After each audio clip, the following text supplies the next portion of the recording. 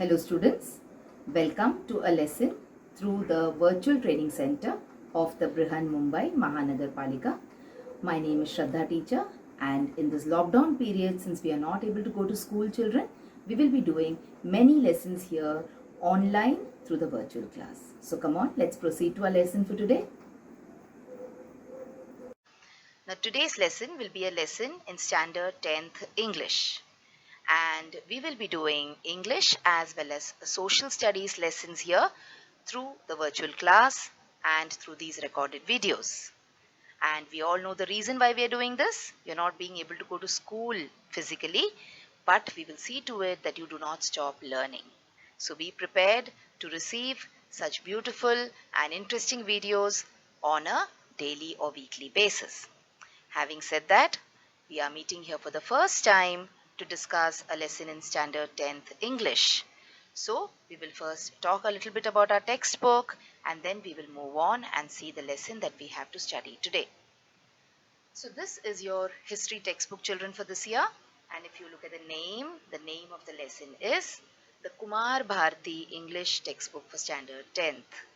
Now when you were in the lower classes, that is up to standard 8th, you were children, and now you are teenagers, you have grown up.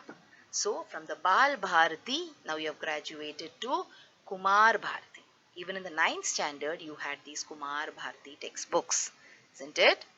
Now one look at the back cover page of your textbook.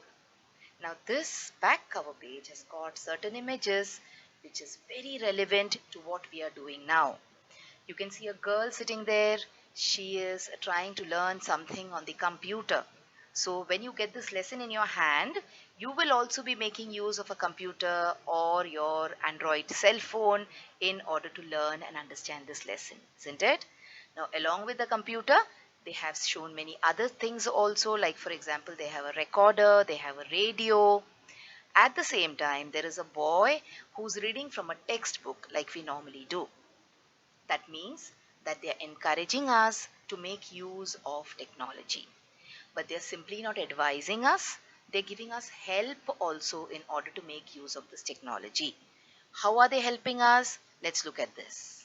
So have you seen this particular image in many parts of your textbook? So this is the QR code. This is the quick response code. Now whenever you have a QR code, it means that there is many pieces of information which is being stored in this QR code. So how will you access that information? You need to have a QR code scanner. Now most of you have Android phones. So in case you have an Android phone, you can make use of the Android phone to download the QR code scanner from the Play Store, and then you can say scan this thing. Alright, so you will get a lot of information, additional videos, additional information about that particular lesson. So this was about our English textbook. Now children, today we will start with lesson number 2, because according to the timetable we are going to do lesson number 2.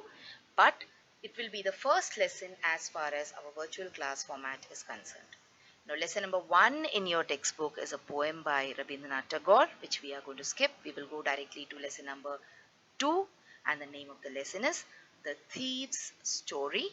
It is a story of a boy called Hari Singh, who is a thief and who wants to do something which is not very honest.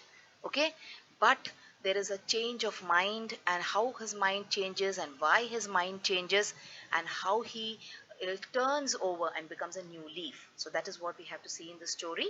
Now this story, The Thief's Story, is written by Ruskin Bond.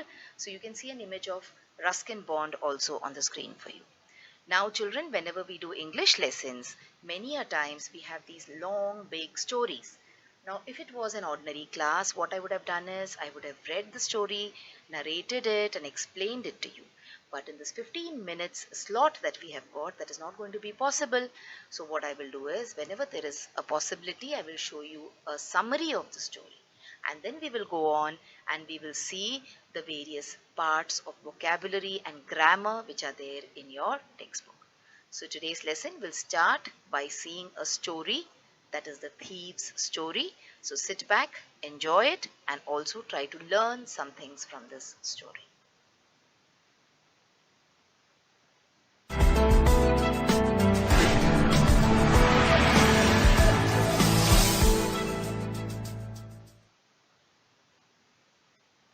Let's see what happens in The Thief's Story by Ruskin Bond.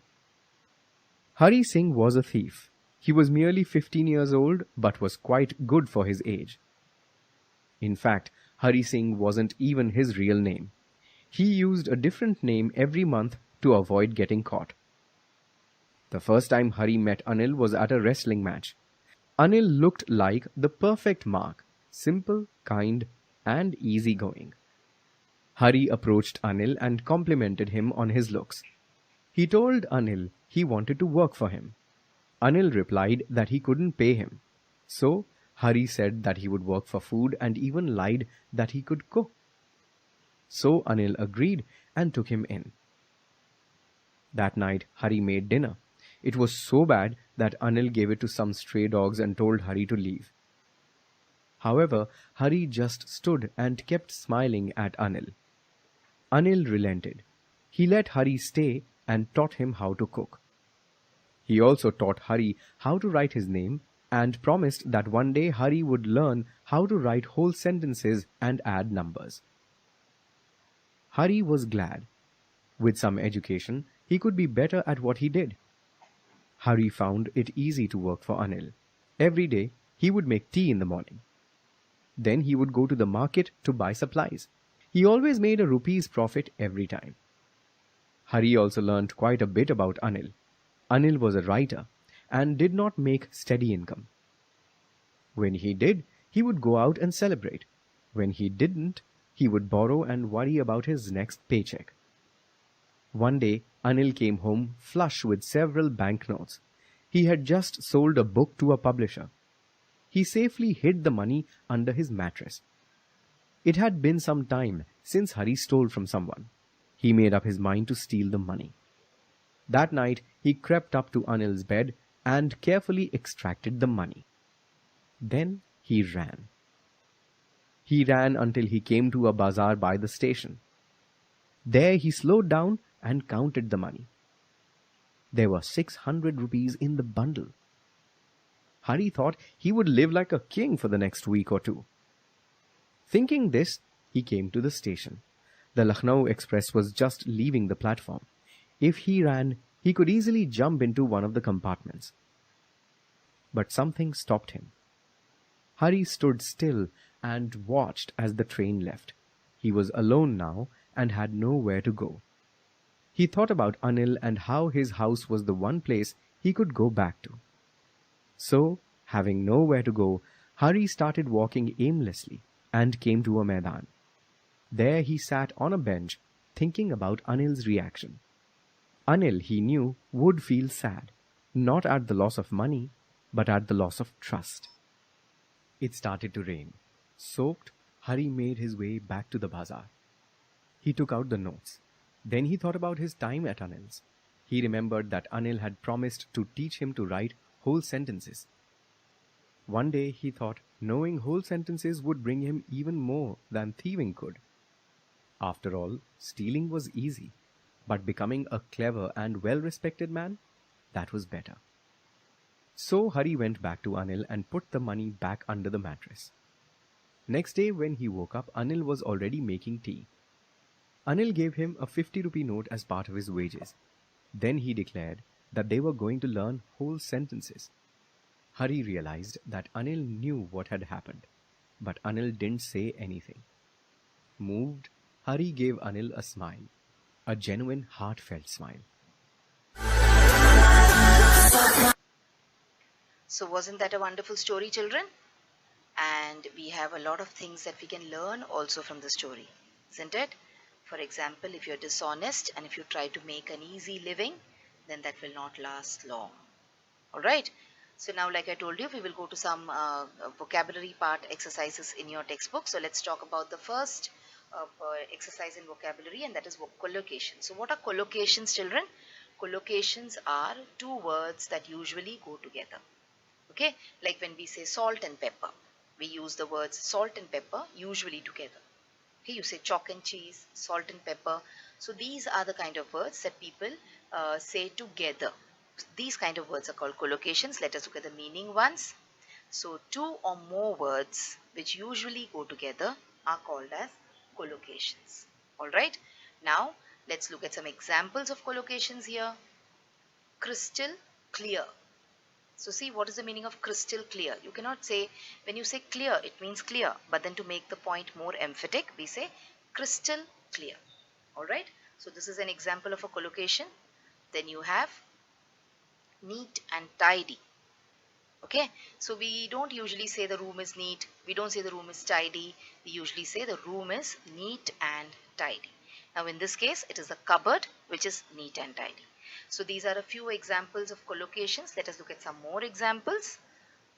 So make breakfast is an example of a collocation. Have fun. Give a hug. Catch a bus. Save energy.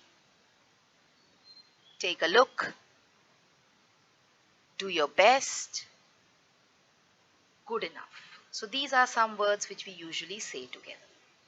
Now there is an exercise in your textbook in which they have asked you to fill in the blanks and try to figure out what word will go. So I've tried to solve a few examples for you. The remaining will be your assignment. You can do it at home. So let's look at the first one. You have dash dog. So I've put in the word pet over there. You can use your own word.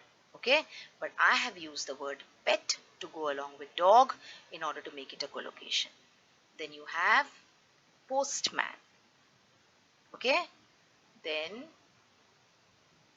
ticket counter. You can also say ticket checker, whatever. My choice of word here is counter. And then you have high spirits. So these are some examples of collocation from your textbook, children. Now the time is almost up and we do not have much more time to do another point, but I will just introduce what we will do next time.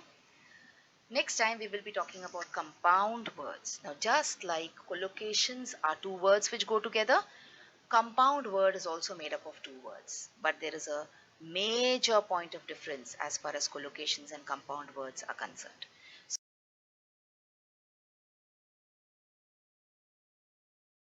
So children, wasn't that a wonderful video? And did you enjoy watching it? So if you want to watch more such videos in future, then please like this video and also subscribe to our channel, the MCGM Portal for Education, and also hit the bell button so that you get notified whenever I upload a new video here. Thank you so much for now. Let's meet again soon.